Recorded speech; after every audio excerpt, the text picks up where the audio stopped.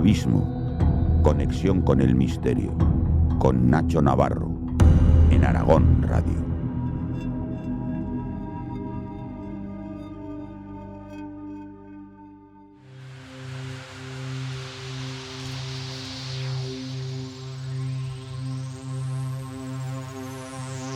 En un mundo lleno de carreteras, hay una en particular que no sale en los mapas.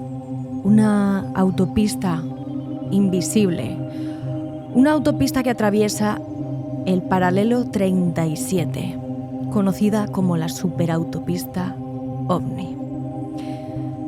Esta franja del planeta está envuelta en misterios, anomalías, conecta extraños encuentros con luces imposibles, desapariciones inexplicables y señales que parecen no ser de este mundo.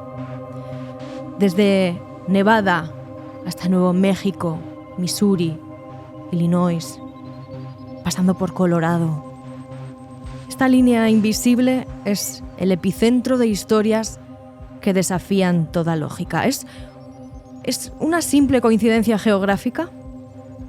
Tal vez hay un pasadizo entre dimensiones.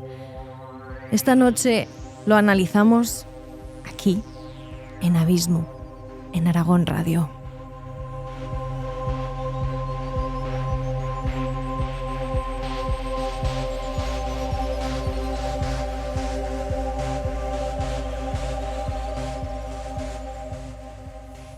Y como han podido escuchar, se han podido dar cuenta, hoy no es Abismo con Nacho Navarro, sino con Silvia Ladrero y también con Dani Gueras, Mr. Krell. ¿Qué tal? Buenas noches, Silvia. Buenas noches, Jaime. Ya lo he presentado. Y ¿Ya lo has presentado? Un abrazo, sí. Le he tomado el relevo a Jaime. Un abrazo a Nacho también, el capitán, que hoy está malito. A ver si se recupera pronto y está con nosotros. Hoy nos toca surcar las latitudes de nuestro planeta, esos cinturones, ¿no? Que hacen, pues, a la vez de recorrido por toda la circunferencia, y uno, pues, muy especial, como ya lo has dicho tú, el paralelo 37, ¿no? Que es, pues, cuanto menos interesante. Un viaje misterioso, y además nos vamos a encontrar con lugares en ese paralelo 37 de los que ya hemos hablado en este programa, pero, bueno, que nunca pueden faltar. No, Jaime, no. Buenas noches. Buenas noches, Silvia, Dani. Buenas noches, don Jesús a los aparatos.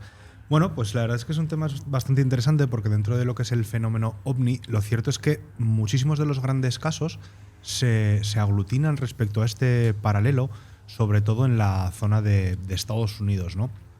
Es cierto que en este caso, a mí lo que me gusta de los avistamientos y de los casos del paralelo 37 es que no solamente tienen el respaldo de, en algunos casos, autoridades militares o policiales, porque es una zona que está plagada de instalaciones militares, sobre todo de la USAF, donde se realizan muchas pruebas de aviónica, que quizá alguna de ellas ha podido dar lugar a esos avistamientos de ovnis que no eran como tal, pero están soportadas por el testimonio de los nativos americanos desde hace décadas, sino cientos de años.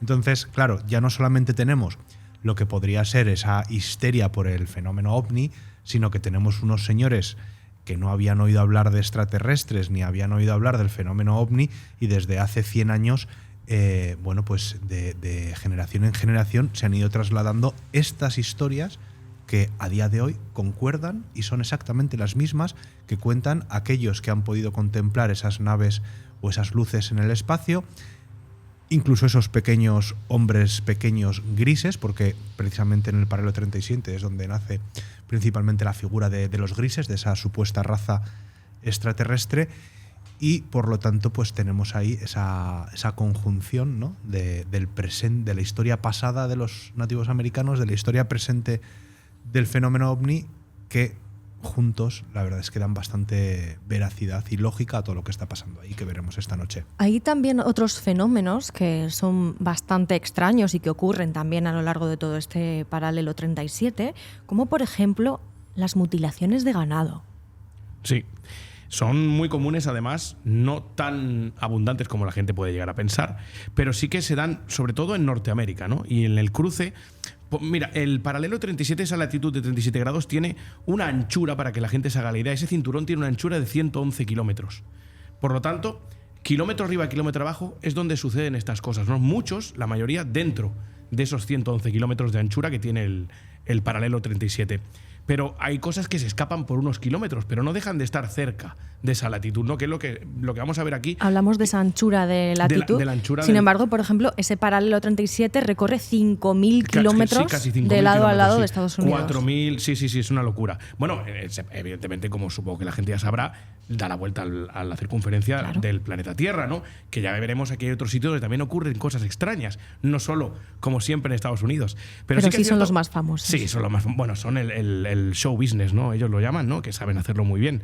Pero sobre todo en el tema, como tú decías, de las mutilaciones de ganado, es muy curioso porque tenemos algunas muy sonadas, ¿no? Como pueden ser, la gente lo habrá escuchado, nuestros oyentes lo habrán escuchado, el rancho Skinwalker, por ejemplo, ¿no? Famoso por mucha actividad paranormal, muchos fenómenos electromagnéticos, luminarias en el cielo, avistamientos ovni. Es quizá de los lugares cercanos al paralelo 37, dejando al margen las bases aéreas norteamericanas, que más se han estudiado por fenómenos anómalos. Pero tenemos el rancho de Thomas Miller, por ejemplo, que quizás tenga la mutilación de ganado más reciente. Estamos hablando del año 2020, la última que se ha estudiado. Y para que la gente se haga una idea, dice, esto de las mutilaciones de ganado lo hemos oído muchas veces, ¿no? Pero es que no deja de ser muy curioso porque, por ejemplo, en este caso tenemos una cabeza de res que ha sido succionada, podríamos decir. Es que el término es complejo porque le han succionado órganos como los pulmones, el corazón, a través de una incisión muy muy pequeña junto al ano, y que bajo el estudio médico de las pruebas que se analizaron era por una incisión láser. Con lo cual, esta res fue encontrada por el dueño del rancho, Thomas Miller, a unos 5 kilómetros y pico. Es un rancho de 564 hectáreas, si no recuerdo mal. Eso es una barbaridad. Y en una zona totalmente despoblada donde solo viven los animales de ganadería. El hecho es que no solo tenía esa incisión cauterizada, sino que además estaba recostada y en el lado en el que estaba contra el suelo tenía todos la osamenta, todos los huesos aplastados.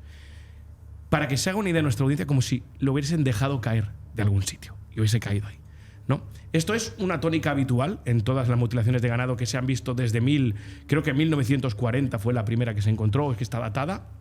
En el rancho de Thomas Miller en concreto, en los últimos, desde 1990, llevan unas 16 mutilaciones de ganado, que parecen poquitas, hombre, son muchos años. 16, les aseguro que son bastantes, porque no es un fenómeno normal. Exacto. No es un fenómeno que sea muy recurrente y además es muy extraño de ver, porque genera muchas preguntas. Genera muchas incógnitas, muchas dudas. ¿Qué ha pasado ahí? ¿Qué están buscando? A esta cabeza de res le faltaba una oreja, le faltaba, como en casi todas las que nos hemos encontrado, la lengua. Les quitan la lengua. Pero no tienen marcas de haber sido atacadas por algún depredador de la naturaleza común. No hay marcas de zarpazos, no hay marcas de arañazos, no hay desgarros. Es todo como muy quirúrgico. Y es muy curioso el tema de las mutilaciones de ganado, que también está alrededor de ese paralelo 37, ¿no? Hay muchas más en Colorado, en Missouri, como tú decías, en diferentes estados, sobre todo en Norteamérica, quizás es de lo que más vamos a hablar, porque es lo más sonado, ¿no? Después nombraremos otras cosas. Pero sí que es cierto que el tema de las mutilaciones de ganado a día de hoy, se ha hablado de muchas cosas, ¿no? Con estos, que si chupacabras hemos oído, ¿verdad? Muchas historias, mucha leyenda urbana alrededor de todo esto y mucho misticismo. Pero lo cierto es que la ciencia a día de hoy lo estudia y no tienen una respuesta clara para lo que ha podido suceder. Son cosas muy curiosas. Es que no hay ninguna técnica veterinaria, ni ningún tipo de explicación científica, ¿no? que pueda explicar esto. Correcto. Un láser que cauterice a la vez que succiona. Bueno, pues podría ser quizá el que se utiliza para las liposucciones, pero ese no se cauteriza a la vez, no sé, no. Y por una incisión muy pequeña. Existe, claro. ¿Cómo extraes un órgano del tamaño de los pulmones? Estamos hablando de una por una res, cánula. Claro. En teoría debería ser tan estrecha. Es muy extraño. ¿Con qué fin?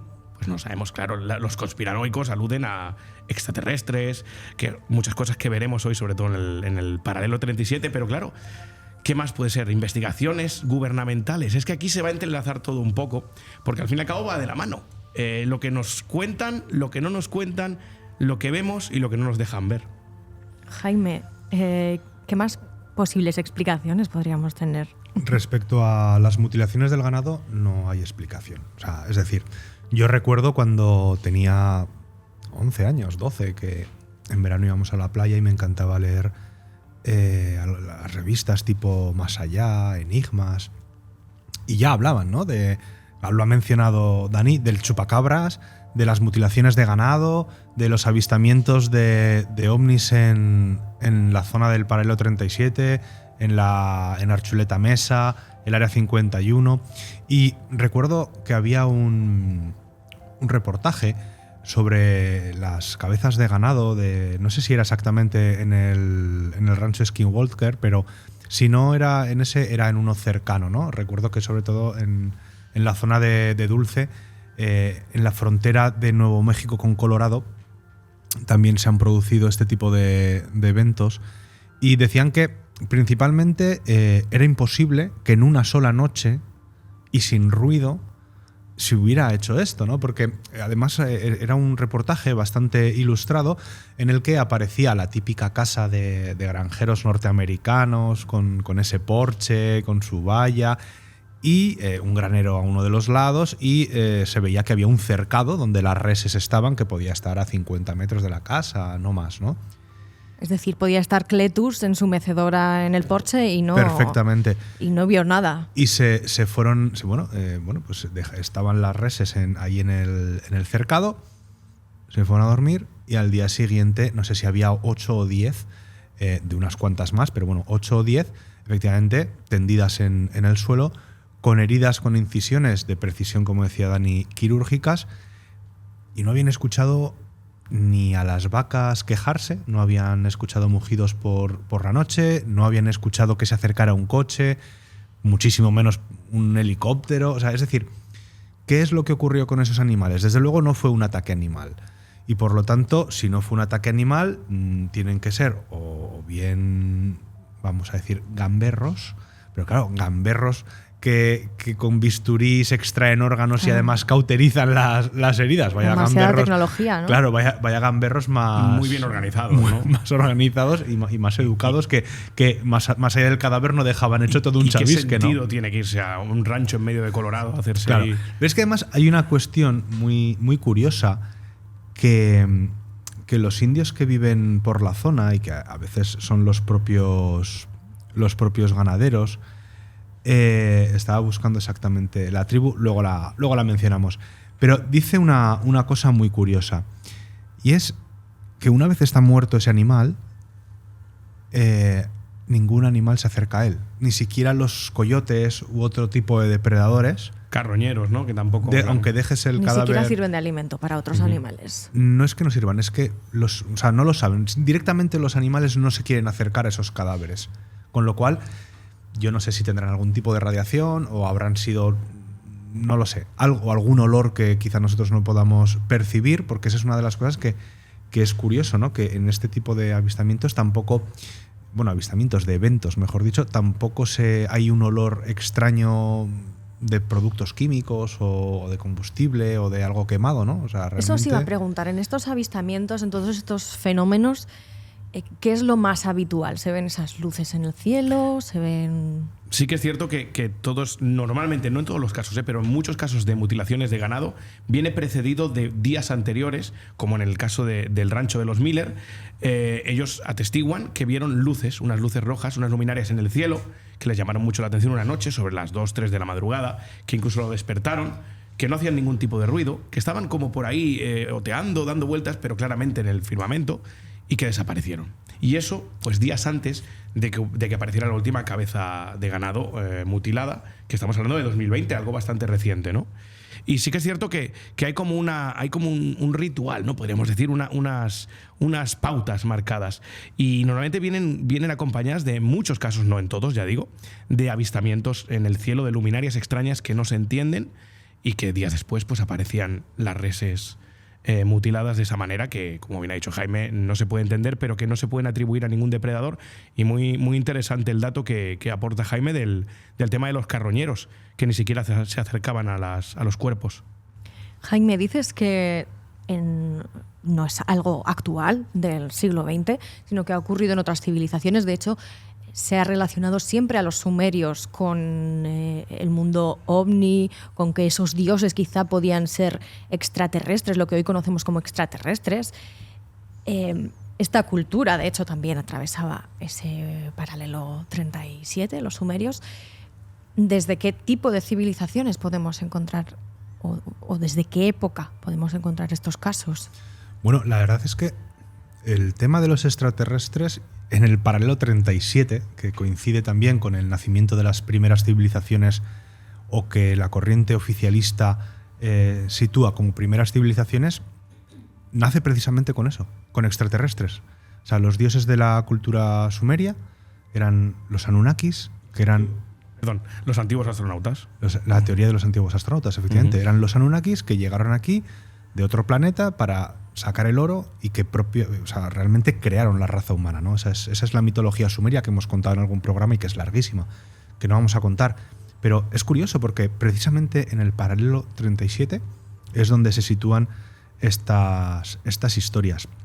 Si volvemos o sea, si seguimos con culturas antiguas, los propios nativos norteamericanos, en este caso lo estaba buscando porque antes se me había olvidado, los apaches, claro, esta gente ya tiene pinturas en sus cuevas y ya hablan de seres que vienen de las estrellas, dicen ellos, ¿no? No utilizan la palabra espacio porque en su cultura no tenían ese concepto interiorizado como lo podemos tener ahora, pero hablan efectivamente de esos seres que vienen de las estrellas. Hablan de esos seres grises, pequeños, que son la imagen que todos tenemos de un alien, que salen de cosas voladoras, que se posan.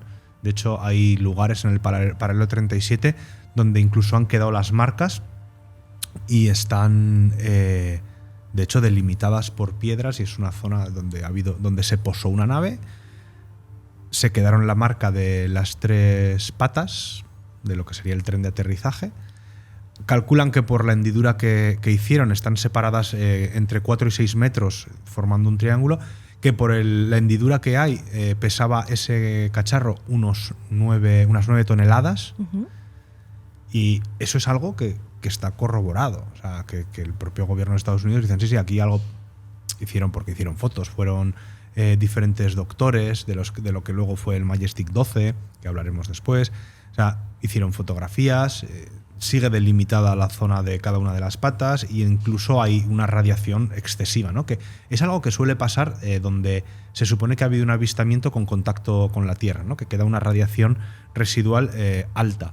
Esto sería interesante preguntarle a Balaguer si ¿qué es primero, el huevo o la gallina? Es decir, esas zonas de avistamientos tienen esas fuerzas telúricas o esas radiaciones porque algo se ha posado sobre ellos, o precisamente es porque tienen ya de base esa zona geográfica, esas energías, y eso es lo que atrae a esos objetos o a esas naves extrañas. Fíjate, yo creo que tanto la teoría oficial, la hipótesis oficial sobre el paralelo 37 y Rafael Balaguer estarían de acuerdo. Yo creo que esa latitud ya tiene esa energía telúrica, ya emana ese electromagnetismo tan especial que dicen los que hablan un poco del tema, ¿no? Más metidos en el tema de la orientación extraterrestre en el paralelo 37 norte, es que aprovechan esa energía, por eso de ahí esa superautopista ovni, ¿no?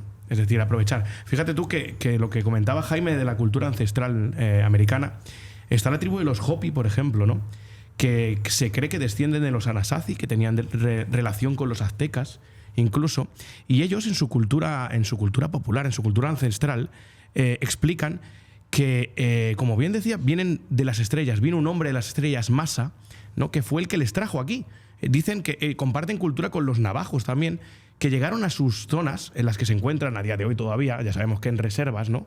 Tristemente, pero las que llegaron al continente americano a través de un túnel en el tiempo, decían. Fíjate tú, ¿no? Qué cosa más curiosa lo que estuvimos hablando hace poco, un agujero de gusano, ¿no? Y ellos ya relatan hace cientos y cientos de años que llegaron a través de un túnel a sentarse donde están ahora. Y que ese dios de las estrellas, ese hombre de las estrellas, les dijo, aquí, en este centro del universo, tendréis vuestro hogar.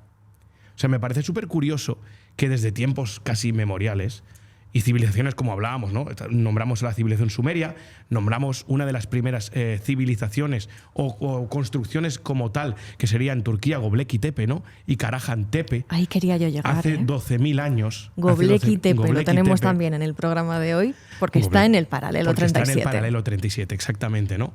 Imagínate, casualidad o causalidad, todo esto, ¿no? ¿Por qué está todo? ¿Por qué todo se concentra en esa latitud?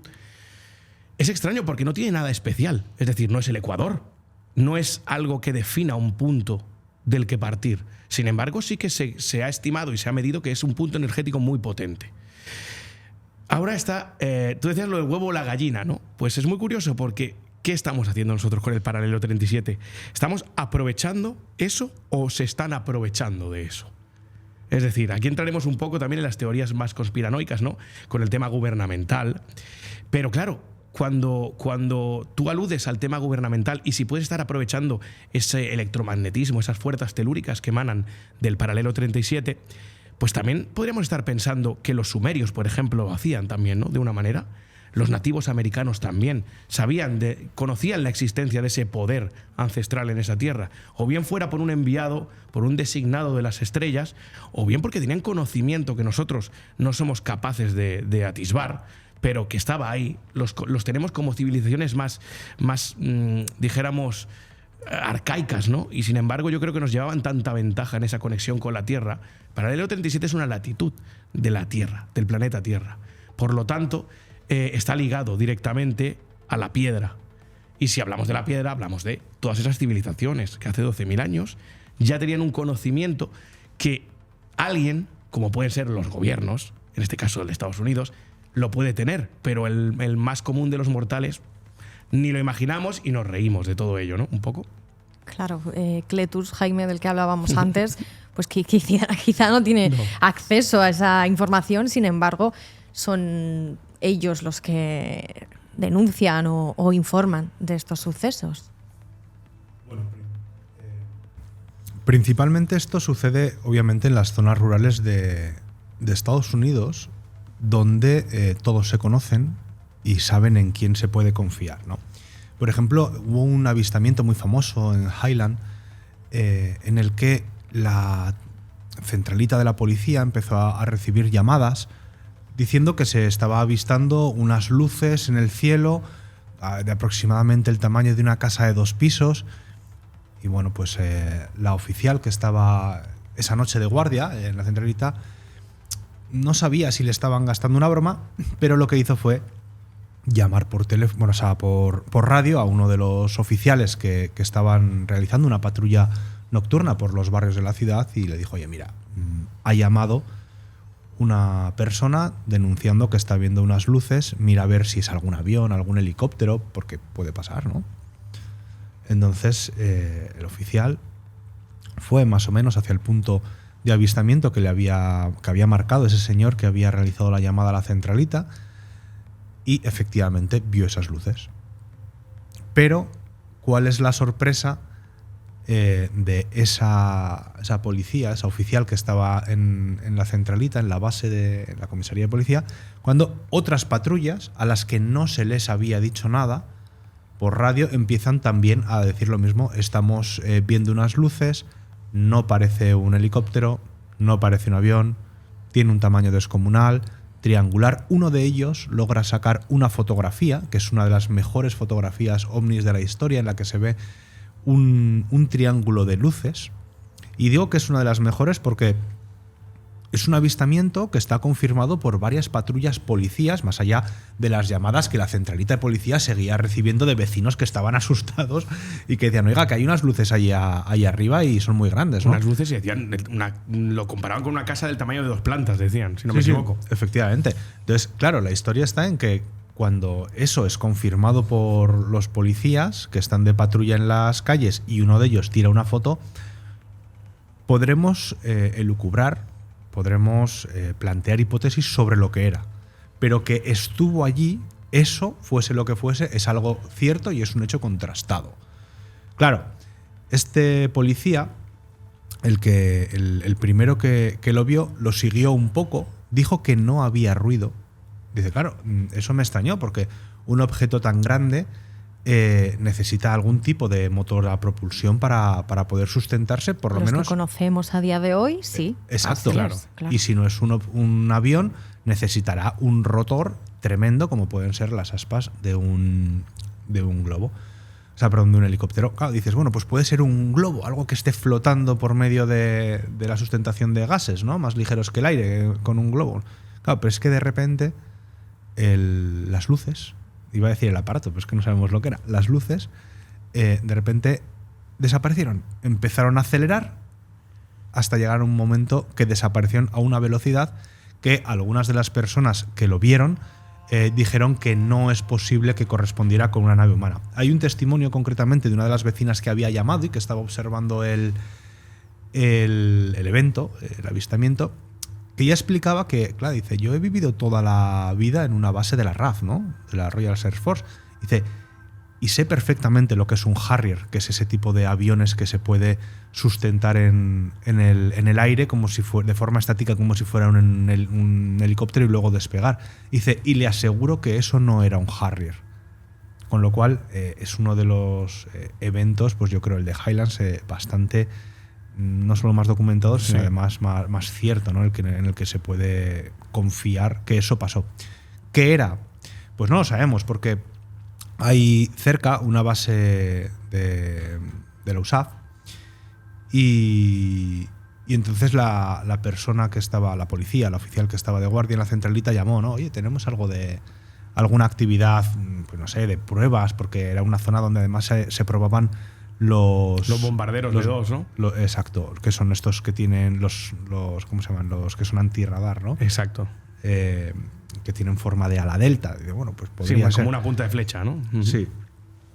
Y lo cierto es que no había pruebas programadas. Pero es que posteriormente, cuando algunos periodistas llamaron a la base aérea, la base aérea directamente dijo que ellos ni habían recibido una llamada de la policía preguntando, ni habían detectado nada, ni habían hecho pruebas, con lo cual, claro, puedes pensar, una de dos, saben lo que ha pasado, no se han enterado de nada, o se han enterado a posteriori, porque negar que la policía ha llamado a la base para preguntar si había un tráfico aéreo inusual, cuando la propia policía lo ha dicho, es del género tonto, ¿no? O sea, bueno, estás me negando recuerda la un mayor. poco a la actualidad ahora mismo, ¿no? De los Dropnis, que en Estados Unidos están también negando que no es nada peligroso. Bueno, no, claro, pues, no es que lo niegue, es que sí, existe, pero claro, no hay que preocuparse. Es lo que hablamos en el programa de Dropnis, ¿no? Ya, o sea, el problema no es que lo nieguen, que no lo niegan. El problema es que aluden a que no tienen que preocuparse la gente, que eso me da más miedo todavía, ¿no? O sea, no, vamos a dejarlos que estén ahí. El caso que está comentando Jaime, pensemos que es de, si no me equivoco, Jaime, creo que es de enero del 2000, ¿verdad? Sí. O sea, hace 24 años. Hace 24 años, que no hace 50 ni 60 años. 25, queridos, que ya estamos. Bueno, sí, estamos sí, 25. Además, estamos en enero. Llevamos ya un mes. Bueno, Jaime y yo vivimos en el 24, no pasa nada. Yo seguiría viviendo al principio de los 2000 o finales de los 90, pero no se puede. Qué buenos años. Bueno, estamos viendo los 2000, ¿eh? O sea que están volviendo. Estamos viendo. Pero bueno, que es como bien decía Jaime, es uno de los casos mejor documentados. Y sí que es cierto que la base aérea Scott, que es la que está allí cerca en Illinois, pues a día de hoy Chuck Zukowski, que es la persona que más, dijéramos, está estudiando toda la errática, todo lo que sucede en el paralelo 37 a nivel estadounidense, un exagente de policía, pues tiene varios episodios o capítulos documentales sobre todo lo que engloba el paralelo 37. Uno se lo dedica a este fenómeno OVNI, registrado por 4 agentes de policía, y ha intentado acceder a hablar con la base. Obviamente se han negado, han dicho que no tenían nada que decir, que no sabían nada. Y claro, incluso yo animo a la gente a que lo pueda echar un ojo en internet hoy en día, porque se puede ver la fotografía que nombraba Jaime, y comentando que el que tomó la fotografía dice que es la parte trasera, le parecía lo que era la parte trasera. Le parecía la parte trasera por cómo luego se movió, se desplazó, sí. ¿No? Cree que podía ser la parte trasera. Sí. Bueno, recordar a la gente que estamos hablando de avistamientos OVNI, ¿no? ¿Qué hay en el paralelo 37 también? Bueno, evidentemente está el área 51 en el paralelo 37, como no podía ser de otra manera. ¿Qué hay más icónico de la fenomenología OVNI que el área 51, ¿no? Y de lo secreto y lo conspiranoico. Del área 51 poco podemos hablar, pero ¿qué pasó? quizá no justo en esos 111 kilómetros de anchura que tiene el paralelo 37, pero creo que fueron muy poquitos kilómetros arriba o abajo de esa latitud. El incidente de Roswell también. Esa recuperación, ¿no?, tan sonada, ya sabemos, no vamos a hablar más del incidente de Roswell en Nuevo México, pero también esos pasó seres ahí. grises, Esos ¿no?, que seres hablabas grises, antes, esas Jaime. autopsias alienígenas, Los ¿no? grises. Los grises. Todo eso sucede. Es que la gente, ¿verdad que la gente escucha muchas cosas? Es que la mayoría de cosas que hemos escuchado suceden en esa latitud. Fíjate, es que es muy importante el tema de los grises, porque en 1954 el presidente de Estados Unidos, que era Dwight Eisenhower, desapareció durante 12 horas. Totalmente. Nadie sabía dónde estaba. Estamos hablando de que había desaparecido el presidente de los Estados Unidos, ¿no? De hecho, un periodista llegó aunque no se publicó, llegó a redactar la crónica del fallecimiento del presidente a causa de un ataque al corazón, pero al poco reaparece en Los Ángeles en un servicio religioso, y hay documentación que demuestran que el aeródromo de Muroc estuvo cerrado durante 3 días para todo el tráfico aéreo entrante e incluso para el personal del propio aeródromo. Claro, la historia está en que a través de esas filtraciones de los documentos de Majestic 12, que no podemos terminar el programa sin hablar de ellos, pero todavía no, se cree que Eisenhower se reunió con los extraterrestres para firmar un pacto. De no agresión. Un pacto. Un pacto. No sabemos de qué. No conocemos el contenido de ese pacto, de ese acuerdo al que se llega con estos aliens, que concretamente serían los grises. Esto es algo que el general Doolittle en su día, bueno, pues confirmó la existencia más que la existencia, la veracidad de los documentos de Majestic 12, e incluso la bisnieta de Eisenhower ella ha testificado y ha declarado públicamente que efectivamente su bisabuelo lo hizo, ¿no? Que es algo que se ha contado en la familia. Hay que decir que no, o sea, los papeles, los 12 documentos, que son 12 del Majestic 12, no existen. Se llama 12 porque eran 12 los que estaban allí. Los miembros de la comisión. Vamos a explicar bien qué es esto de Majestic 12. Lo explicará bien Jaime, mucho mejor que yo, Jaime, pero quiero decir que no está confirmado que eso exista, que esos documentos existan, sino han salido a la luz. Todo es un poco basando en lo que se ha dicho, ¿no? Pero sí que es cierto que hay visos de verosimilitud en el que esos documentos existen. ¿Pero esto fue un grupo de elegidos o qué es el Majestic 12? Ahora os lo explico. Dejarme que termine con esto que os quería contar, porque es que lo hilaremos perfecto para que la gente lo vea. Entonces, cuando Eisenhower supuestamente firma ese pacto, no se sabe muy bien para qué lo hace, ¿vale? Pero lo que está claro es que prácticamente desde ese momento es desde que se cree que existe el Área 51. El Área 51, si no recuerdo mal, se reconoce públicamente la existencia en 2013. Con el caso Snowden, ¿no es? Creo, claro, si no recuerdo mal. Cuando el gobierno de Estados Unidos dice, oiga, que sí, que es verdad, que existe el Área 51. Claro, se filtran, sí. Claro, pero es que estamos hablando de que existe desde los años 50, que es exactamente cuando Eisenhower firma este pacto. Se cree que en este pacto, entre otras cosas, lo que permite o lo que concede a los alienígenas, supongo que a cambio de que no destruyan el planeta, es que tengan una base secreta que está situada en Dulce. Dulce es un pueblecito que hay justo al norte de Nuevo México, con la frontera de Colorado, bajo una montaña que se llama Archuleta Mesa, que es no es una montaña, quizás más colina, realmente no es muy alta, pero aquí en España sería una montaña. Archuleta Mesa. Sí, es un nombre bastante curioso. Seguramente tiene orígenes españoles, porque toda esa zona, Nuevo México, Colorado, todas las nomenclaturas o la mayoría de los pueblos, bueno, el pueblo se llama Dulce, es decir, son españolas, así que pues igual algún conquistador o algún expedicionario español se comió una chuleta en esa mesa, en esa meseta, y le llamó Archuleta. No sé, la verdad es que es curioso el nombre, pero bueno, sí. Es así. Además le decía antes a Dani, le digo, no, que es que he buscado si es que era algún tipo de pronunciación que a mí me parecía raro. Si la fonética era diferente. No, Archuleta Mesa es el nombre. Bien.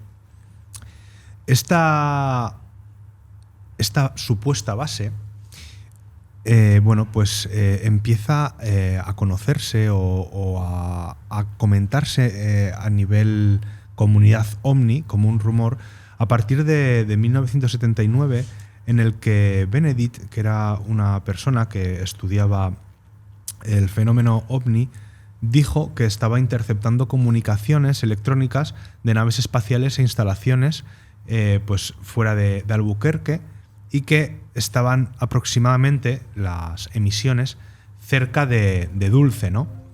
Claro, él lo que creyó es que por el número, por el volumen de las transmisiones, es que precisamente había descubierto una base subterránea secreta que podía estar ahí y que estaba poblada tanto por alienígenas grises como humanos. Tanto es así que en el 83 esto salió en el periódico. O sea, fue un caso bastante renombrado, ¿no? Obviamente, en el momento en que esto sale, bueno, pues la zona se llena de ufólogos. Además, era una época en la que el fenómeno OVNI estaba bastante en auge y empiezan a investigar, ¿no?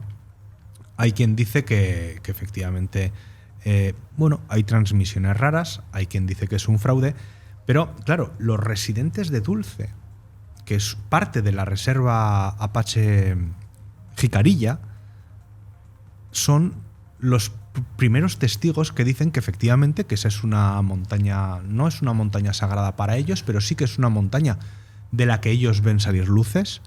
Hay testimonios de contactos con los propios hombrecillos grises, como ellos los llaman.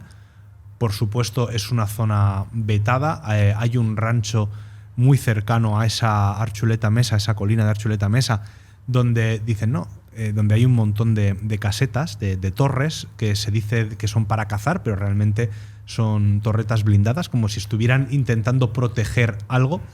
Justo esa reserva Jicarilla linda con otra reserva india en la que no está permitido el paso. De hecho, hay directamente una valla. O sea, no es que digan a partir de esta zona. No. Directamente hay una valla y es donde se piensa que está esta base secreta. Pero claro, ¿qué pasa? Que hay gente que vive en Dulce y en los alrededores que no solamente son testigos de los avistamientos y de lo que les contaban sus abuelos, sino que es que además hay algunos que dicen haber sido abducidos. Y por eso tenemos, entre otras cosas, y se pueden buscar, porque en la propia jefatura de policía de Dulce existe un archivo que, pues con planos y con esquemas de cómo sería esta base, y podemos prácticamente decir que tiene 7 niveles, ¿no? En el primer nivel sería lo que es el acceso a la base y la seguridad para que no sea comprometida su existencia y su seguridad. Y diríamos que pues hay personal militar, principalmente humano. Personal militar. O sea, por si alguien consigue llegar, esto es como la Área 51, no vas a conseguir llegar porque te van a parar antes, pero si consigues llegar, pues hay personal humano, pues con todo tipo de cámaras, de sensores de movimiento, acústicos, sísmicos, de volumetría, pues lo típico, ¿no? O sea, lo mejor que se puede tener en lo que son perímetros de seguridad. En el segundo nivel continúan las instalaciones para personal humano, que es donde estarían pues lo que serían las oficinas, las zonas de descanso, zonas de trabajo para científicos, ingenieros, lo que es el personal militar de custodia de la base. Luego, en el tercer nivel estarían los laboratorios de investigación genética, en el que, según se cuenta, se llevarían a cabo los experimentos con ADN, tanto humano como extraterrestre, y sobre todo, pues, digamos, enfocados a la creación de híbridos y de mejoras biológicas. En el cuarto nivel es donde se mantienen las reuniones entre humanos y extraterrestres. Se cree que solo hay grises, ¿vale? No, había habido algo también de reptilianos, ¿no? Yo creo que había habido. O sea, es que sí, es que también. En la base de Dulce, yo por todo lo que he leído, son grises, que son una raza entre comillas amigable. Los reptilianos en teoría son bastante malos. Malévolos. Claro, la historia está en que Pero estos no son los que comen ratas. No, eso eran los de V. Eso era sí, bueno, pero los de V eran reptilianos realmente. No eran reptiles directamente, ¿no? Después del cuarto nivel, que es ese que tendríamos, digamos, en común humanos y extraterrestres, estarían ya los niveles donde vivirían únicamente los aliens, los grises, donde obviamente aquí es donde se realizarían los experimentos, bueno, pues con humanos, con esas vacas. Pero claro, en esta base, entonces, los que trabajan son los extraterrestres, es decir, no o quizá hay un grupo mixto entre humanos y extraterrestres. Una coalición. No, es lo que he contado. O sea, en el nivel tercero estarían los laboratorios humanos, en el nivel cuarto es donde humanos y extraterrestres intercambian información y para abajo Pero ya… no trabajan juntos, aparte de intercambiar información. Bueno, yo ya no te puedo… Es que si te dijera que sí me lo estaría inventando. Claro, o sea, claro, yo lo que he leído, ¿no? Quiero saberlo. Lo que sí que está claro es que parece ser que en un momento dado los extraterrestres empezaron a hacer experimentos con seres humanos vivos que habían raptado, que podrían ser perfectamente esas personas que dicen haber sido abducidas, ¿no? ¿Qué pasa? Que cuando se enteraron, pues por lo visto los soldados bajaron poco menos que a rescatar a esas personas y se produjo una batalla. Desde una batalla en el interior, ¿no? de la base entre grises y humanos, hasta que al final, bueno, pues terminó con varios muertos. Y parece ser que las relaciones entre humanos y extraterrestres desde entonces son bastante más tensas y la colaboración es menor. Existe la base… ¿De qué época me estás hablando? Te estoy hablando de los 70, 80… Uh-huh. Sí. O sea, se cree que esta base tiene sus inicios en los años 50 y pico. Uh-huh. En concreto en el 54 es cuando Eisenhower teóricamente firma este pacto. Y luego es curioso porque dicen que tanto esta base como otras más que hay están unidas, pues por ejemplo, con el Área 51 por túneles. Por túneles, sí. Y claro, yo, que ya sabéis que soy un poco escéptico para estas cosas, digo, vamos a ver. ¿Cómo puedes hacer un túnel de cientos de kilómetros sin que nadie se entere a una velocidad más o menos, joder, que no vayas a 1 kilómetro por año si te toca excavar en granito, ¿no? Que es lo que pasa actualmente, porque aún estarías haciéndolo? Y entonces encontré en un documental que hablaban un poco por encima, pero a mí me parece bastante interesante, que en los años 70 inventaron y se patentó, que es lo mejor de todo, una tuneladora nuclear, ¿vale? Que lo que hacía era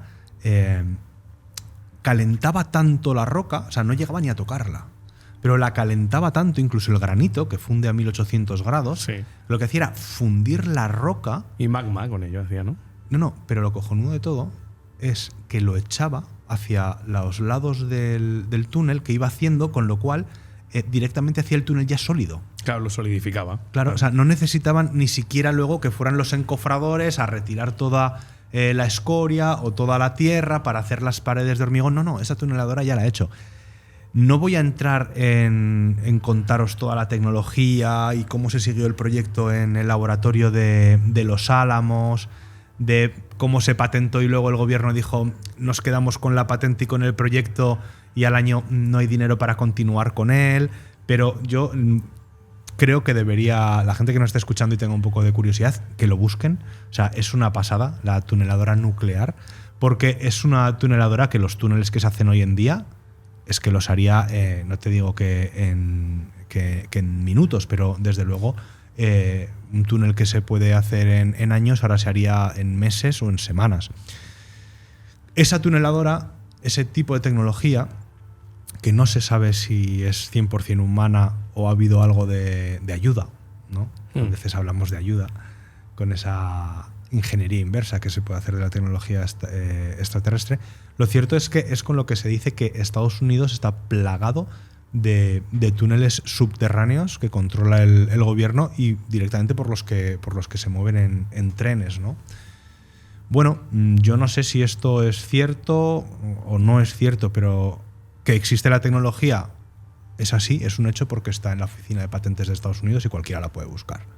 Entonces, ahí tenemos bueno, pues ese vínculo entre Área 51 y Base de Dulce a través de túneles, que por otro lado todos los conspiracionistas y amantes del fenómeno OVNI hablan, ¿no?, de estas bases subterráneas y de cómo van de un lado a otro por túneles a lo largo de todo el territorio norteamericano.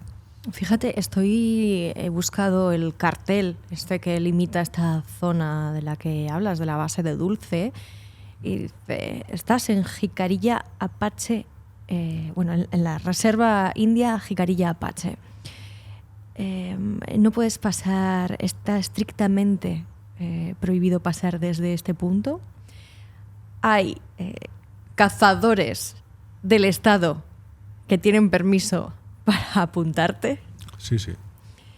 Pero sin embargo pone que solamente es porque son tribal lands, o sea, es una zona de la tribu. Una reserva. Una reserva, claro. Esa es la explicación que dan en el cartel. Bueno, curioso. Recordemos que en las reservas no se puede entrar.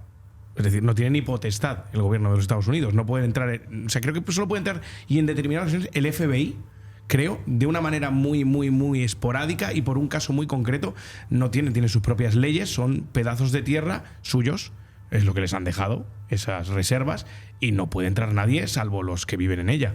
No, y tienen su propia policía, sí, sus propios tribunales, y mantienen pues una forma de vida, bueno, cada vez la van perdiendo más, ¿no?, pero una forma de vida todavía pues aguantando esas tradiciones nativas norteamericanas que tienen. De hecho, normalmente cuando, por ejemplo, para hacer reportajes sobre el tema de la Base de Dulce, siempre que se va allí, a quien tienes que pedir permiso es al Consejo de Ancianos.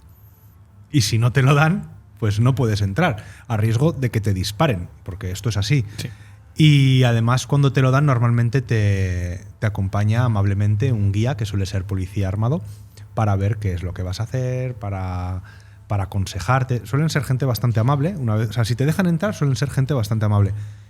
Pero ten cuidado, porque si entras sin su permiso en sus tierras, pues entiendo que como cualquier persona, ¿no?, que estás entrando en su casa sin su permiso, pues se defienden. Y como en Estados Unidos bueno, pues impera la ley de mi castillo, en el cual bajo el amparo que puedo defender a todo aquel que entre en mi propiedad Exacto. privada, pues bueno, pues no te digo que te vayan a cortar la cabellera, pero sí que te van a dejar hecho un colador. El paraguas de la legítima defensa, bueno, al fin y al cabo. Exacto. Es eso. No, pero fíjate tú que sí que es cierto, ¿no? El tema de las reservas nativas americanas, en lugares muy, muy, muy concretos, muchas de ellas cerca del paralelo 37.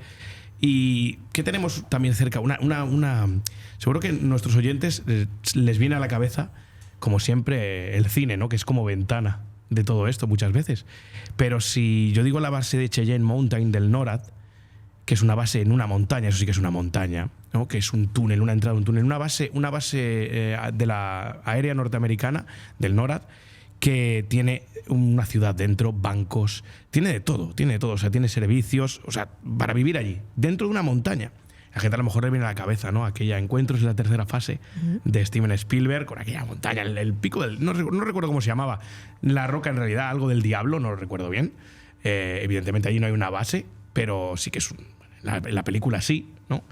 Y el cine, que toma también referencias de todo eso, de todo ese argumentativo ovni, de toda esa cultura que se genera alrededor de todos estos fenómenos extraños, tanto lo que hemos hablado como las mutilaciones de ganado, ¿no?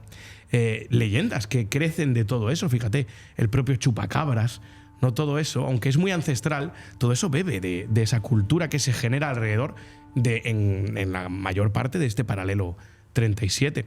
Y fíjate tú, uno de los casos más sonados en el paralelo 37 fue un 7 de enero del 48, si no recuerdo mal, Thomas Mantel, un capitán de la Fuerza Aérea, que, emulando un poco después lo que haría Fernando Cámara aquí en el caso Manises, salió a la caza de un objeto volador no identificado, decían los testigos, unos 100 metros aproximadamente de diámetro, tenía que ser un objeto bastante contundente, y superando la velocidad, o sea, la altitud a la que podía elevarse con ese aeroplano, con ese avión en ese momento, pues desfalleció.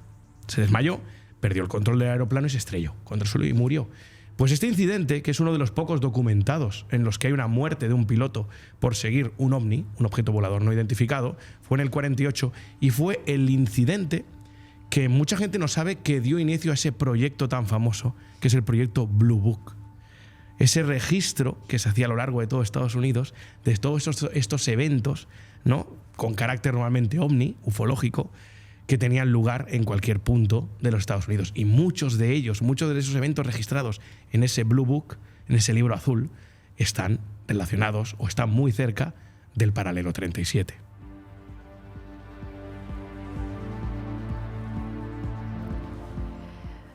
Pero me imagino que para hacer ese Blue Book, bueno, pues tendrán que investigar. Habrá un grupo especialista que se dedique solo a eso. Habrá testigos de primer nivel, testigos pues que consideren menos creíbles.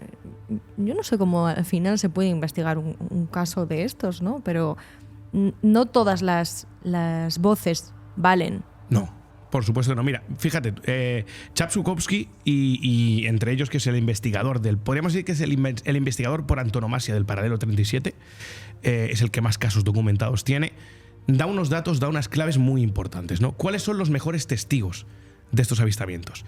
Hay miles de testigos que dicen haber visto, que ven, que no ven, que dejan de ver, pero ¿cuáles son los más fiables? Todos los que, supongo que lo entenderemos todos muy bien, los que provienen de cuerpos o fuerzas de seguridad.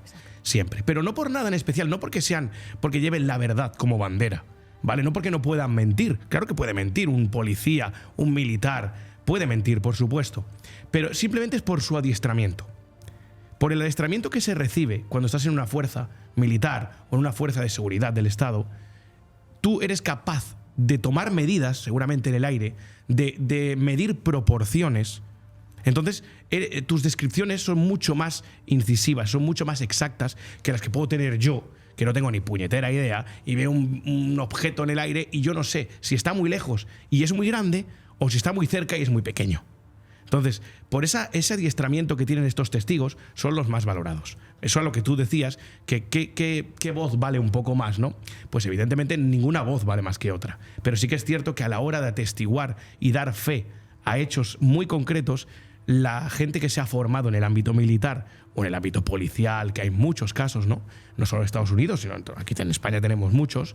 Por ejemplo, sin ir más lejos, el citado Fernando Cámara, con el caso Manises, pues son los testigos más, podríamos llamar, de fiables a la hora de componer o vertebrar todos estos casos que llevaron a cabo en el proyecto Blue Book, en el que hay personas cotidianas, está Cletus seguramente en su mecedora, pero también hay oficiales de la Marina, oficiales de las bases aéreas, policías, rangers, agentes del FBI, de la NSA. O sea, hay un conglomerado de personas y de testigos de los que no se tiene acceso todavía a mucho, pero es curioso que mucha gente sí que conoce a lo mejor el proyecto Libro Azul, el proyecto Blue Book, es muy famoso, pero no sabe que lo que dio pie a organizar o a crear este proyecto fue ese incidente en el que murió, ese piloto, ese capitán con 25 años, ese 7 de enero del 48, Thomas Mantel, persiguiendo un UFO. Jaime, es el momento, ahora que estamos hablando de estos grupos de investigación, del Blue Book, de que hablemos ya, por fin. Explícanos qué es el Majestic 12, qué es ese grupo. Bueno,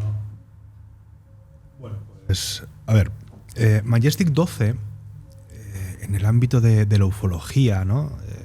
Son unos documentos que aparecieron en 1982, si no recuerdo mal, o en 1984, cuando a Jaime Sandera, que era un productor, Sí, seguramente. Jaime se tenía que llamar, ¿eh? Sí, no bueno, seguramente se pronunciará Jamie, ¿no? Jamie es igual. En inglés, pero bueno. Jamie Sera. Es un Jaime. Es un Jaime más, es un tocayo. Bueno, pues le llegan 2 microfilms de forma anónima en el que aparecen concretamente 2 tipos de información. En el primero es un comité de expertos que bueno, los crea el presidente Truman para investigar todo lo que es el fenómeno ovni, ¿vale? El segundo, que está fechado en 1952, porque Majestic 12, según estos documentos, habría sido creado en 1947 a raíz del incidente de Roswell, y el siguiente, que es el de 1952, estaría destinado a explicar a Eisenhower, al siguiente presidente de Estados Unidos, cómo se estaba desarrollando los estudios y los informes y el trabajo de esa comisión. Esa comisión en la que se dice que estuvieron personas como Vannevar Bush, Robert Oppenheimer o Albert Einstein. O sea, no estamos hablando de cualquiera, estamos hablando de que lo que hizo Truman, porque Truman no era tonto, a pesar de la imagen que se tiene a veces de él, fue coger a los mejores de cada campo y decirles, oye, sácame tus conclusiones sobre este caso. Colabora con este otro para que, bueno, pues para investigar este fenómeno ovni. Como si fuera un gobierno de tecnócratas. Claro, como Truman no era tonto, sabía que realmente el poder político es pasajero en un gobierno y que realmente la fuerza, el poder de verdad, no lo tiene el director del FBI o el director de la CIA. Lo tiene ese segundo escalafón, que es el que cuando el director de la CIA se vaya porque entre un presidente republicano en vez de uno demócrata y lo cambie, ese va a seguir ahí. Y lleva 25 o 30 años. Son esos altos funcionarios del gobierno de Estados Unidos, pero también del gobierno de España o de cualquier otro gobierno, que están en el escalafón más alto no político y que son los que realmente controlan los recursos y la información. Y que además saben que bueno, pues pueden seguir los proyectos durante muchos años y saben lo que ha ocurrido y saben dónde están los informes y saben absolutamente todo.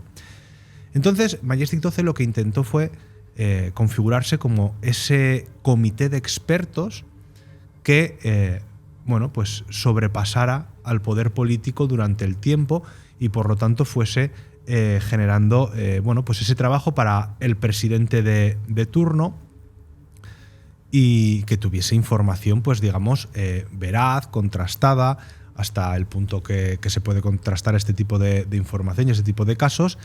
Y bueno, pues en el caso del presidente de los Estados Unidos, estar informado, ¿no? Es curioso porque hay una película que es Independence Day, que yo creo que la hemos visto todos, de Will Smith, ¿no? En la que cuando, bueno, ya ha empezado el ataque, ¿no?, a la Tierra de los extraterrestres. No puede ser que vayas a decir lo que creo, pero sigue, por favor, porque estaba pensando en ello, Pues el padre de uno de los científicos que casualmente cae de milagro en el Air Force One que se dirige con el presidente a la base, pues en un momento dado de la película está sentado este señor con el presidente y entonces, bueno, pues están al lado el director de la CIA hablando con el presidente y le dice el presidente, ¿a dónde vamos? Y dice, vamos a un área reservada, el área 51. Dice, pero eso existe. Eso no existe, no sé qué. Y el director de la CIA le dice, señor presidente, eso no es del todo exacto.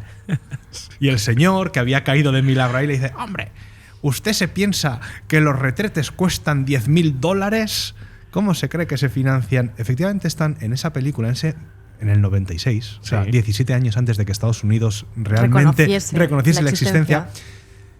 Están, bueno, pues lo que todo el mundo yo creo que ya sabía, que era un secreto a voces, pero que el gobierno no quería reconocer, ¿no? O sea, un señor de la calle le está diciendo al presidente de Estados Unidos, el área 51, donde tienen los extraterrestres tal, el presidente de Estados Unidos dice, oiga, mire, eso son conspiraciones, y el director de la CIA dice, señor presidente, eso no es del todo exacto. Sí. Y ahora le voy a contar a dónde vamos, ¿no?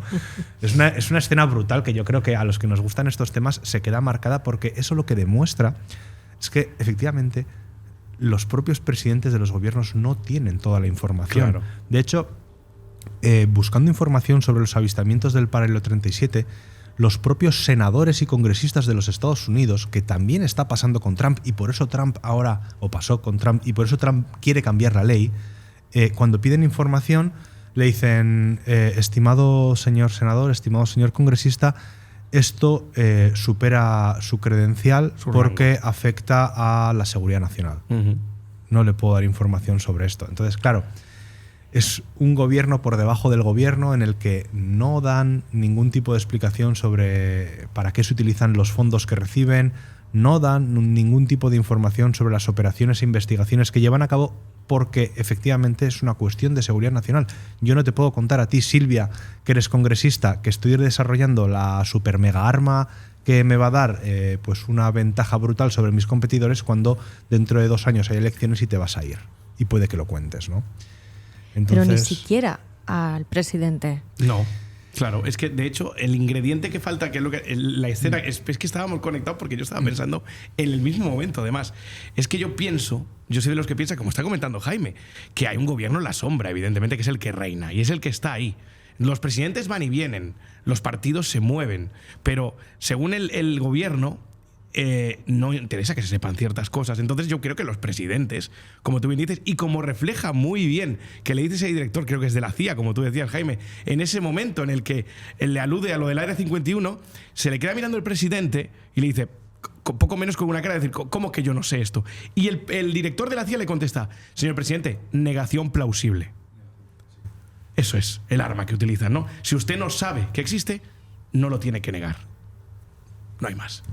Madre mía, qué misterios en las películas. ¿Cuántos saben, verdad? ¿Cuántos saben? Yo siempre he dicho que Hollywood es una ventana hacia el futuro que nos está preparando para algo de alguna manera. Al final son un reflejo de lo que se habla en la propia sociedad. Sí, por supuesto. Y este es un tema que, por lo menos en Estados Unidos, sí que está muy presente. Es recurrente totalmente el tema de una inminente invasión alienígena. Ahora estamos en el 2025, ha habido finales del 2024, ha habido muchas teorías, muchas predicciones incluso con todo esto de los Drovnis, ¿no? De una posible o inminente, incluso lo comentamos, Jaime, ¿no? Que como que estaban preparándonos para algo, para un posible evento que conlleve, no lo sé. Hay que pensar, volviendo a todo el tema de Eisenhower, ¿no? Y ese Majestic 12, todo eso, que creo que además esto también lo nombran, no sé si es en Independence Day, bueno, que como película, pues quizá no sea la mejor película del mundo, ¿no? Pero bueno, como en su momento recuerdo los efectos especiales eran espectaculares, ¿no? Y no sé si lo nombran ahí también. Hay que tener una cosa muy clara, ¿no? Si estos seres, estos extraterrestres, estos alienígenas, han llegado aquí, nuestros gobiernos pueden hacer poco más que una tregua. Porque si han llegado aquí, evidentemente damos por hecho que tienen tecnología suficiente como para borrarnos del mapa. Entonces, lo único que se puede hacer es mediar con ellos. Fíjate tú, me vais a permitir simplemente que recomiende desde aquí una película. Se llama Misteriosa Obsesión, no sé si la habéis visto vosotros. Muy buena película que trata este tema de una manera muy elegante y muy sutil. Y es de esas películas que cuando empieza no imaginas que va a ir de esto. Que eso es lo maravilloso, ¿no? Pega un plot twist, que le llamaríamos hoy en día un giro dramático de los acontecimientos en el guión, en el que tú empiezas una película con una madre desgarrada porque siente que ha perdido una hija o un hijo que parece ser que nunca ha tenido, y todo esto nos lleva a un tema extraterrestre. Recomiendo a la gente que se lo vea. Una muy buena película, tiene un tiempo ya, debe ser de los principios de los 2000, Misteriosa Obsesión. Y toca todo este tema. Bueno. Y además toca este tema de ese mediar de los gobiernos, de los entes gubernamentales, que es lo único que tiene a su alcance, mediar para que no hagan lo que quieran con esto. Es decir, que no vengan aquí a hacer lo que quieran. Oiga, por favor, vamos a intentar llegar a un acuerdo, ¿vale? Porque si no, esto es una locura. Es que es el único papel que tienen, porque son muy superiores a nosotros. Ya no hablamos, imagina, tecnológicamente, si es que han llegado hasta aquí. Suponiendo eso, imaginad lo demás, ¿no? Jaime, igual los tienes de vecinos. Quién sabe si 200 metros debajo de este estudio hay una base alienígena, ¿no? Pero es verdad, al final es un poco lo que algunos de los conspiracionistas que estudian este tema critican del gobierno. No solo el silencio, ¿no? Sino la permisividad, en caso de que todo esto sea cierto, a esos extraterrestres que tienen supuestas bases en la Tierra, a que realicen experimentos con humanos, ¿no? Es quizás lo que siempre en la comunidad ufológica se ha criticado, que todo esto el gobierno lo sabe y lo permite, pero claro... Al final es como si fueran sacrificios, ¿no? Claro, sacrificios rituales te dejo que me secuestres a 50 humanos al año y experimentes con ellos, y a cambio pues no me colonizas. No me secuestras a 10.000. No, o sea, vamos a intentar no colonizas el planeta directamente. Claro, vamos a intentar minimizar los daños, vamos a llegar a un acuerdo para que esto sea sostenible. Claro, ¿sostenible hasta cuándo? Hasta que esos hombres de las estrellas se cansen. Ahora está muy de moda, ahora que hablabas de Hollywood, ¿no? El tema del primado negativo, ¿no? De si no realmente se utiliza el cine, como bien decías, para prepararnos, pero sí que es cierto que sí que sabemos que la CIA y, bueno, más que la CIA, el FBI realmente, ha promovido diferentes películas a lo largo de la historia y series de televisión, pues cuando, por ejemplo, hacían falta médicos en Estados Unidos, pues salían las series tipo Urgencias. Cuando, por ejemplo, han necesitado agentes de seguridad, han salido todas las series tipo CSI, bueno, pues todas estas series policíacas, ¿no? Y eso es algo que utilizan, que es verdad que lo hará Hollywood o la productora X, pero que desde el gobierno ese tipo de cosas se incentiva porque a la gente quizás le llama la atención o le idealiza una profesión en la que se necesitan efectivos, y de la misma forma que las películas bélicas, ¿no? Cada vez que Estados Unidos tiene un bajón en el alistamiento, pues de repente, ¡pum!, sale una película de héroes, ya sea en Afganistán, en Vietnam, en la Segunda Guerra Mundial o donde haga falta, donde, vamos, el soldado americano es puesto como un héroe y además llega a casa con todos los honores. Y eso se hace también pues para influir un poco en la percepción de la gente hacia lo que son las diferentes profesiones y empujarlos a que se alisten al ejército. Eso lo reflejaban muy bien los Simpson. Sí, bueno, de hecho, salvar al soldado Ryan disparó el alistamiento en un 200%, creo que fue una locura. O sea que eso confirma lo que dice Jaime. Hay veces que cuando se necesita algo, tiran de la gran pantalla y ese show business, que nadie lo hace también como los americanos, en todos los ámbitos, pues para potenciar ese alistamiento o esa implicación por parte de su sociedad en distintos ámbitos, como bien ha dicho Jaime, ya si es que no hace falta... Bueno, al final el cine siempre ha sido una de las más eficaces herramientas de propaganda política y de manipulación a todos los niveles, sobre todo en el siglo... durante la Guerra Fría. En el siglo XX, pues claro, esto ocurría mucho. No me gustaría acabar sin hablar de que este paralelo 37, obviamente ya hemos dicho que recorre Estados Unidos de lado a lado, también otros países, también pasa por España, en concreto por las provincias de Almería, Granada, Córdoba, Sevilla y Huelva. Otros lugares, islas griegas, Peloponeso, Grecia, Sicilia, Túnez. ¿Habéis visto alguna vez algo en estos lugares? Yo no he visto nunca nada, porque no he visto nunca nada raro, pero sí que es cierto que hay casos, sobre todo en Andalucía, ¿no? Como tú bien decías, ese paralelo 37 que linda con todas esas provincias. Hay muchos casos, ¿no? Sobre todo si hablamos de en el sur de España, quizá más que luminarias y ovnis, que también los hay, yo creo que lo que más destaca son los encuentros en carretera, ¿no? Con cosas que no entendemos, ¿no? Con esos daimones de los que ya hablamos una vez, todo eso que puede meterse en ese cajón desastre. Y sí que es cierto que en las islas griegas, ¿no?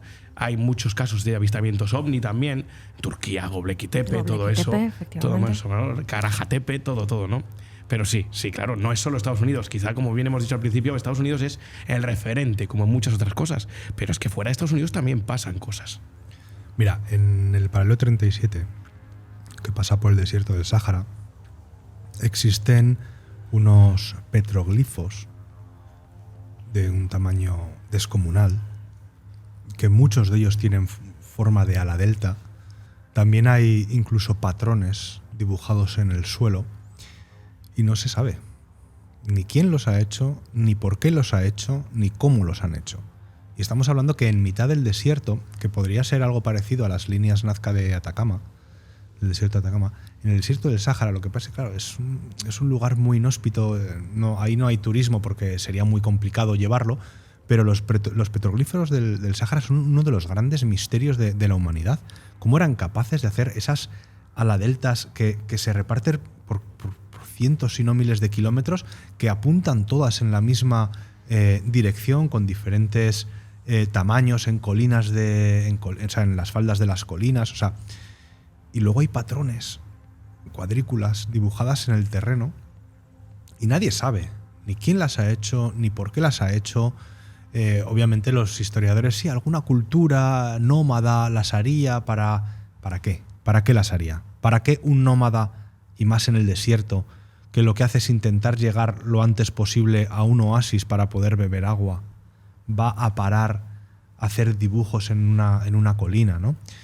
Si quieren en un lugar en el que la vida es tan complicada, desde luego no te vas a poner a... Prácticamente no hay vida, te quiero decir. Pintar, claro. La vida en el desierto del Sáhara profundo realmente pues habrá algún escorpión, alguna serpiente, pero poco más. No es como en el desierto más de la zona de, pues, por ejemplo, de Egipto, ¿no? Que ahí sí que puede haber algún tipo de incluso de mamíferos grandes. En tiempos había leones, ¿no? Ahora los leones del Atlas, por ejemplo, quedan 4 o 5 en zoos de todo el mundo. Ya en su hábitat natural, los leones del Atlas, que eran mucho más grandes y mucho más potentes, no existen, entre otras cosas porque los romanos, cuando los descubrieron, los cazaron para llevarlos al circo, ¿no? Porque eran mucho más grandes que los otros, entonces eran más vistosos. Pero los petroglifos del Sáhara, que están en el paralelo 37, para mí es una de las muestras de que algo hay que no sabemos de dónde viene y que posiblemente no sea de este mundo, porque es que además coincide con las formas de los ovnis que vieron los nativos americanos. Y estamos hablando de que hay un océano de por medio. Claro. Entonces, ¿cómo? O sea, la coincidencia es tan brutal. Hoy en día con la globalización podría ocurrir, pero claro, en aquella época pero es muy difícil. Hace 500 años o 300 años no. De hecho, los petroglifos del Sáhara se cree que tienen miles de años, pero no se descubrieron hace tanto tiempo. Se descubrieron hace poco cuando, pues igual que las líneas de Nazca, ¿no? Hasta que un avión pasó por encima, alguien los vio y dijo, claro, porque están hechas para verse desde arriba, ¿no? Es que eso es lo curioso, ¿no? ¿Por qué? Si nadie volaba en esa época.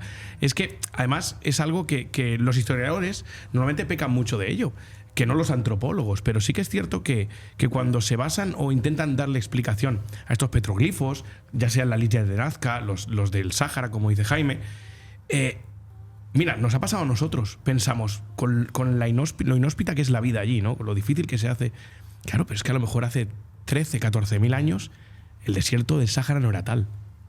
Entonces, claro. No, era un vergel. Claro, entonces sí que era posible la vida. O sea, siempre tenemos ese egoísmo, ¿no? Ese egocentrismo, claro, de verlo con nuestros ojos, no con los ojos de hace 12, 15, 13, 20.000 años, ¿no? Entonces, claro, pecamos de eso, y lo cual es normal también, ¿no? Pero sí que es cierto que estas líneas, esto es curioso porque se ha hablado mucho de las líneas de Nazca, ¿no? Pero es que las líneas de Nazca solo las aprecias desde el cielo. Claro. No las aprecias. Entonces, ¿por qué? ¿Qué función tenían, no? Yo creo que es un misterio que se le puede intentar dar respuesta, algunas más lógicas y convincentes que otras, pero al fin y al cabo nadie tiene la verdad absoluta.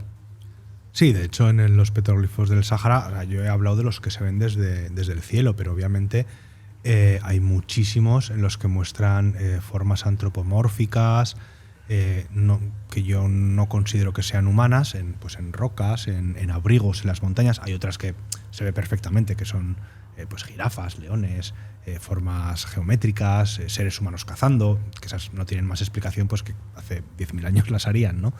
Pero hay algunas que efectivamente tienen esa forma antropomórfica, esos antropomorfos como luces o auras que salen de las cabezas y que son más altos que el resto de personajes que aparecen en ese petroglifo, que se supone que son seres humanos. O sea, estamos hablando de un ser más alto que desprende luz. Pero bueno, lo cierto es que no sé si alguna vez sabremos quién hizo estos petroglifos y para qué los hizo, ¿no? Pero bueno, yo considero que no son de este mundo. Siempre llegamos con preguntas sin responder al final, pero es que por desgracia no tenemos esas respuestas. Así que muchas gracias, compañeros, por este viaje por la superautopista ovni más especial, más grande del mundo. Y sin peaje. Sin peaje. Sin peaje. Pasando por todos los países por los que pasa. Bueno, pues ha sido muy interesante. Muchas gracias. Gracias Krell, a vosotros siempre. Dani Gueras. Nos vamos con más preguntas que respuestas, sí. Eso sí. Pero bueno, si no sería todo muy aburrido. Hay programas que son así, sí. Jaime. Pues sí, es una pena que no podamos dar respuestas a todos los amigos que nos escuchan. Quizás incluso les generamos más dudas, pero es que son las mismas que tenemos nosotros. Claro. Así que nada, en el próximo programa ya intentaremos responder alguna pregunta del tema que toquemos, que es sorpresa. Al final, bueno, pues siempre hacemos reflexiones, ¿no? de muchas sí que podemos sacar conclusiones porque nosotros mismos somos expertos en muchos de los temas o los hemos analizado bastante, hemos leído sobre ellos, hemos investigado, pero hay otros en los que la literatura de la que nos hemos podido nutrir pues no nos da esas respuestas que necesitamos. Así que ahí quedan muchas incógnitas en esta noche. Un beso para nuestro querido Nacho Navarro, que se recupere pronto. Y un beso para todos los que nos están escuchando en esta noche increíble, ya de finales de enero del 2025, ¿eh? Acordaos.